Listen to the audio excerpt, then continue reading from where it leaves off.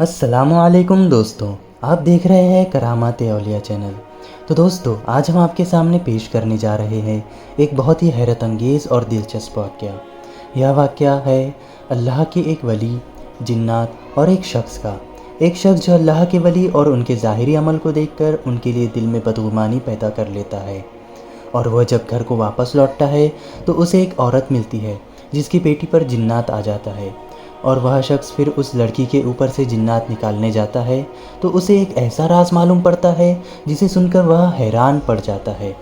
तो क्या है ये वाक़या, जानते हैं इस वीडियो में।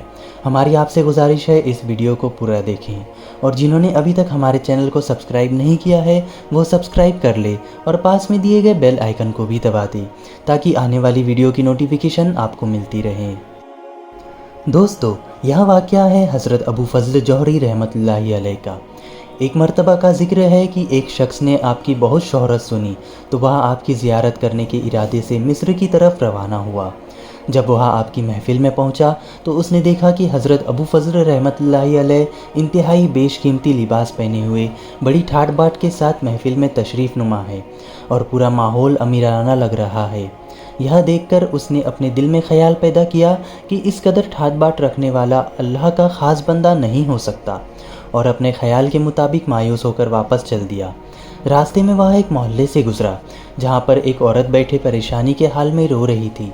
वह बहुत परेशान थी। उस शख्स ने उस माई से पूछा कि तुम क्यों रो रही हो।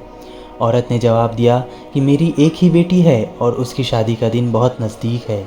आज अचानक उस पर किसी जिन्नात का साया हो गया है और मेरी बेटी सख्त बीमार है। मैं बहुत ही मुफलिस और गरीब औरत हूँ, परेशानी में हूँ कि मैं कैसे अपनी बेटी को जिन के चंगुल से छुड़ाऊँ।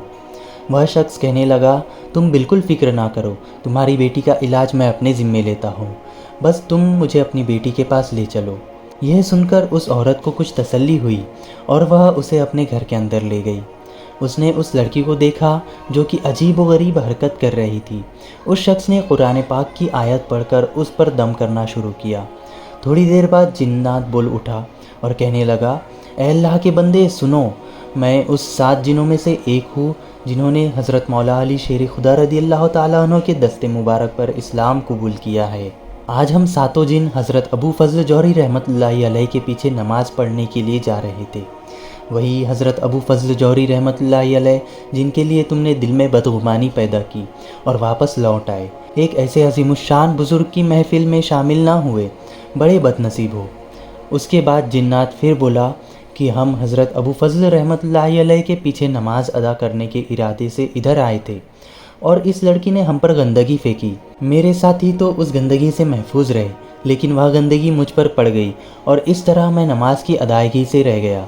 चुनांचे मुझे बहुत गुस्सा आया और मैंने इस लड़की को पकड़ लिया। मुझे तो तुम पर भी गुस्सा है कि तुमने जो हज़रत अबू फ़ज़ल जौहरी रहमतुल्लाहि अलैह के बारे में अपने दिल में बदगुमानी पैदा की।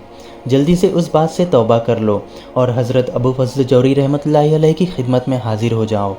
उस शख्स ने जिन्नात की यह सारी बात सुनी तो कहा, अच्छा ये बात है, तो मैं अभी सच्चे दिल से तौबा कर लेता हूँ और अभी हज़रत की खिदमत में वापस चला जाता हूँ, लेकिन तुम भी अब इस लड़की को माफ़ कर दो। उस जिन्नात ने कहा, ठीक है, मैं भी यहाँ से चला जाता हूँ। इतना कहकर वो भी वहाँ से चला गया।